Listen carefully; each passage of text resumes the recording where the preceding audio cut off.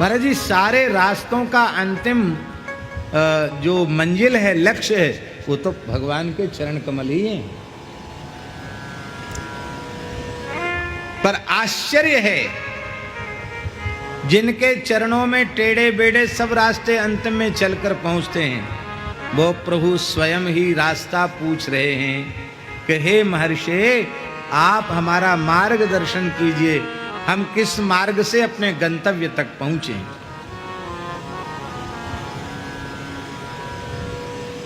राम जी की इस लीला का आशय क्या, आचार्य जी बताइए। भगवान वेद जिनको कहते हैं यस सर्वज्ञ सर्वविद, वो सर्वज्ञ सर्वविद हैं, तो प्रणाम करते और चले जाते, उनको पता नहीं कि हमको कहाँ जाना है। लेकिन वे पूछते हैं कि नाथ कहिए हम के ही मग जाहि, आप कहें हम किस रास्ते से जाएं। मानो भगवान श्री राम अपने मंगलमय चरित्र के माध्यम से हम सबको शिक्षा दे रहे हैं कि तुम चाहे जितने प्रभावशाली व्यक्ति ही क्यों न हो, तुम चाहे जितने शास्त्रज्ञ वेदज्ञ ही क्यों न हो, तुम चाहे जितनी जप तप आदि की संपत्ति साधन संपत्ति से संपन्न ही क्यों न हो, तुम अपने मार्ग को खुद अपने मार्ग का निश्चय स्वयं मत करो। आप अपने मार्ग का निश्चय अपने सद्गुरु की कृपा से प्राप्त करो। संतों से मार्ग, हमारा मार्ग क्या है, हम किस मार्ग पर चल के जाएं, ये किसी पोथी से, किसी ग्रंथ से, किसी पंथ से और किसी साधन संपत्ति से इसका निर्णय नहीं किया जा सकता, इसका निश्चय नहीं किया जा सकता। उसमें भटकने की संभावना बनी रहेगी। किंतु ऐसे संत महापुरुष प्राप्त हो जाएं जो उस रास्ते पर चलकर लक्ष्य तक पहुंचे हुए हैं, और ऐसे जो महत्पुरुष प्राप्त हो जाएं, समर्थ पुरुष, संत सद्गुरु, तो फिर वो बतावें, बस वहां चल पड़ो। और एक विशेष बात हम आपको बतावें, उनमें इतनी करुणा होती है कि वे बताते हैं कि इस रास्ते से चलकर तुम लक्ष्य को प्राप्त करो। अब वो व्यक्ति जो है ना,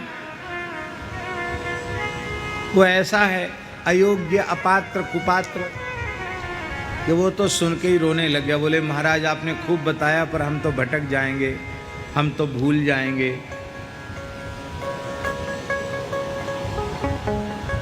तो हमारे जैसों को तो लक्ष्य की प्राप्ति होगी ही नहीं। बोले कोई बात नहीं, ऐसा करो, हम जा रहे हैं वहीं, तुम हमारे पीछे पीछे चलो। अनुगमन तो कर सकते हो कि नहीं, पीछे चल सकते हो। उसने महाराज क्या करें, आपकी गति अलग है, हमारी गति अलग है, हम तो अशक्त असमर्थ हैं, हम आपकी गति से आपका अनुगमन तो नहीं कर सकते। कहीं आप आगे बढ़ गए और आप न दिखाई पड़े, हम पीछे रह गए, फिर कहीं हम भटक गए तो ठीक है, हमारा पल्ला पकड़ लो, खिंचते चलना, बंधे चलना हमसे। और कहीं पल्ला हाथ से छूट गया तो हमारा हाथ पकड़ लो। और कहीं हाथ ही छूट गया तो बड़े विचित्र आदमी हो, तब क्या करें। बोले भगवान, मेरे कहने का प्रयोजन ये है कि मेरी पकड़ बहुत ढीली है, आप हमको पकड़ने का भी मत कहिए, आप हमको अपने पीछे चलने का, मैं चल भी नहीं सकता, आपको पकड़ भी नहीं सकता, आप स्वयं ही हमको पकड़ कर ले चलिए। और महाराज जी सच्ची बात है, संत सद्गुरु वो पकड़ कर जीव को ठाकुर जी के, श्री जी के चरणों में ले जाते हैं, हाथ पकड़ कर ले जाते हैं। और इतना ही नहीं, बालक इतना छोटा है कि लड़खड़ाकर गिर सकता है, जब देखते हैं कि ये नहीं चल सकता तो उसको अपनी गोद में लेकर के वहां तक पहुंच जाते हैं। बस बात ये है, शिशु भाव से, निश्चल निष्कपट भाव से श्री आचार्य चरणों में शिशु भाव से अपने आप को निवेदित कर दो, फिर आपको चलने का श्रम भी नहीं करना पड़ेगा, आप मंजिल तक पहुंच जाओ। उस अतितम, अति सूक्ष्मतम, रहस्यतम, दुर्लभ वस्तु को प्राप्त करने के अधिकारी किसी भी जन्म में हम हैं क्या? और उसकी कणमात्र, अणुमात्र भी अनुभूति किसी भाग्यशाली को यदि हुई है तो उसमें उसका अपना पुरुषार्थ नहीं है, उसमें केवल और केवल सद्गुरु भगवान की कृपा है। तो भगवान ये कहते, भैया अपने मार्ग का निश्चय खुद मत करो। हमारा भाई बहनों से भी निवेदन है, खुद ही निश्चय कर लेते। एकदम छोटे छोटे बच्चे, उनको पूछो क्या करना चाहे तो क्या बनना चाहते, वो बोलना ही नहीं आता है। डॉक्टर बनेंगे, डॉक्टर बनेंगे। डॉक्टर होता क्या ये नहीं समझते।